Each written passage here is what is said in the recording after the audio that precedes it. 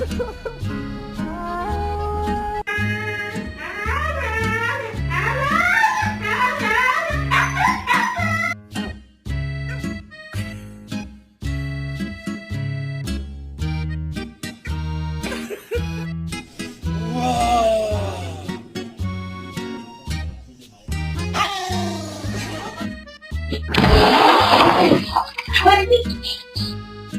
dog ate a wild mushroom, and we just spent $140 for the vet to tell us she's high.